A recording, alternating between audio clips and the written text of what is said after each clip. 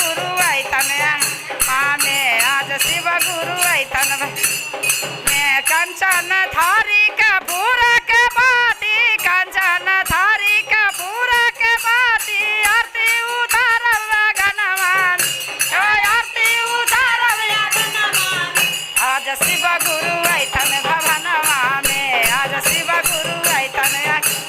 में आज शिव गुरु ऐतन गनवा टोलवा महलवा से सखिया बोलाइबो टोलवा महलवा से सखिया बोलाइबो भजना सुनाइबो या गनवा में भजना सुनाइबो या गनवा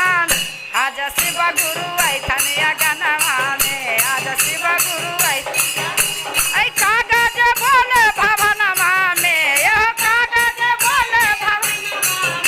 आज शिव गुरु ऐतन या गनवा में आज शिव गुरु ऐतन या गनमा में आज शिव गुरु ऐतन या गन